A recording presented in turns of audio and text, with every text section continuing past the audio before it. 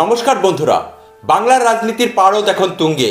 আর সেই উত্তাপকে কয়েক গুণ বাড়িয়ে দিলেন তৃণমূল কংগ্রেসের সর্বভারতীয় সাধারণ সম্পাদক অভিষেক বন্দ্যোপাধ্যায়।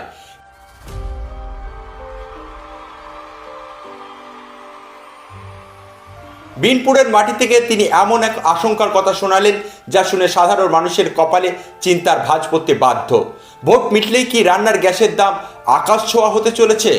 ধর্ম বরং কর্মের এই লড়াইয়ে কার পাল্লা ভারী?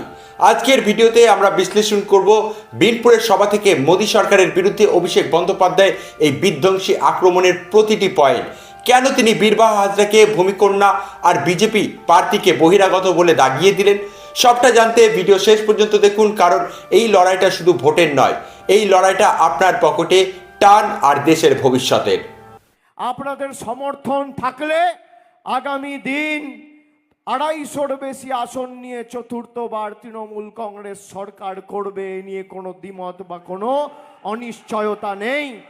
ভিডিও শুরু করার আগে আপনাদেরকে জানিয়ে রাখি, যদি এখনো পর্যন্ত আমাদের হোয়াটসঅ্যাপ চ্যানেলে জয়েন না করে থাকেন তাহলে ডিসক্রিপশন বক্সে লিঙ্ক দেওয়া রয়েছে, সেখান থেকে গিয়ে আমাদের হোয়াটসঅ্যাপ চ্যানেলে জয়েন করতে পারেন। এছাড়াও আপনারা আমাদের ফেসবুক পেজটিকেও ফলো করতে পারেন, লিঙ্ক ডিসক্রিপশন বক্সে দেওয়া রয়েছে। ঝাড়গ্রামের বিনপুরের তক্ত রোদে জনসমুদ্রের সামনে দাঁড়িয়ে অভিষেক বন্দ্যোপাধ্যায় কেন্দ্রর বিজেপি সরকারকে সরাসরি নিশানা করেছেন। তার বক্তব্যের প্রধান অস্ত্র ছিল আকাশ ছোঁয়া মূল্য বৃদ্ধি। অভিষেক বন্দ্যোপাধ্যায় দাবি করেন বর্তমানে রান্নার গ্যাসের যে সংকট এবং দাম বৃদ্ধি তা কেবল শুরু।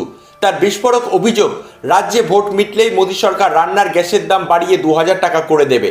এখানেই থেমে থাকেননি তিনি, পেট্রোল ডিজেলের দাম লিটার প্রতি 200 টাকা ছাড়িয়ে যাওয়ার আশঙ্কা প্রকাশ করেছেন তিনি। অভিষেক বন্দ্যোপাধ্যায় প্রশ্ন তোলেন, একদিকে যখন রাজ্য সরকার লক্ষ্মীর ভাণ্ডার বা যুবসাথীর মতো প্রকল্পের মাধ্যমে সাধারণ মানুষের হাতে টাকা তুলে দিচ্ছে, তখন সেই কেন্দ্রীয় সরকার জ্বালানির দাম এবং গ্যাসের দাম বাড়িয়ে সেই টাকা কি সাধারণ মানুষের পকেট থেকে ছিনিয়ে নিচ্ছে না?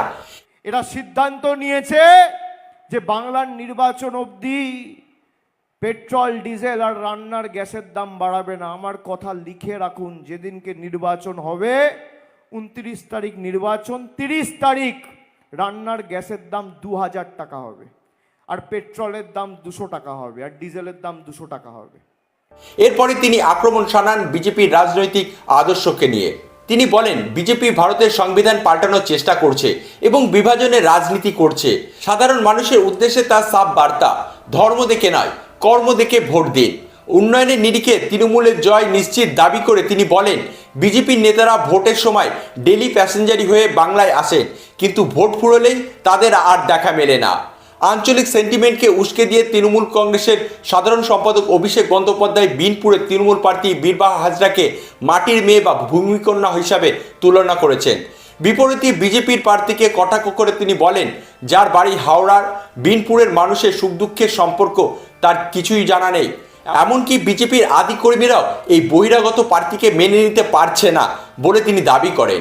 বীরবাহার পরিচয় আপনারা সকলে জানেন, শ্রদ্ধেয় নরেন হাসদার সুযোগ্য কন্যা।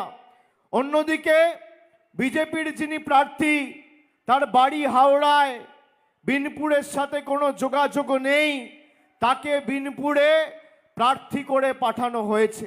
সামগ্রী অভিষেক বন্দ্যোপাধ্যায়ের এই ভাষণ ছিল উন্নয়ন, মূল্যবৃদ্ধি এবং স্থানীয় আবেগের এক কড়া মিশ্রণ, যা আসন্ন নির্বাচনে শাসক দলের আত্মবিশ্বাসকে প্রতিফলিত করে। অভিষেক বন্দ্যোপাধ্যায়ের এই আগাম সতর্কবার্তা কি কেবলই রাজনৈতিক কৌশল, নাকি সত্যি ভোট পরবর্তী সময়ে সাধারণ মানুষের উপর মূল্যবৃদ্ধির খাড়া নেমে আসবে? সময় তার উত্তর দেবে। তবে বিনপুরের সভা থেকে তিনি যেভাবে মূল্যবৃদ্ধি এবং সংবিধান রক্ষার ইস্যুকে সামনে এনেছেন তা অতুলনীয়।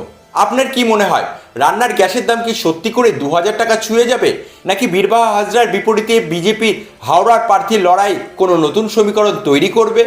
আপনাদের মতামত নিচে কমেন্ট বক্সে অবশ্যই জানান। ভিডিওটি ভালো লাগলে লাইক এবং শেয়ার করতে ভুলবেন না। রাজনীতির মাঠের এমন আরও ব্রেকিং আপডেট পেতে আমাদের চ্যানেলটিকে সাবস্ক্রাইব করে পাশে থাকুন। দেখা হচ্ছে পরের ভিডিওতে। Thanks for watching.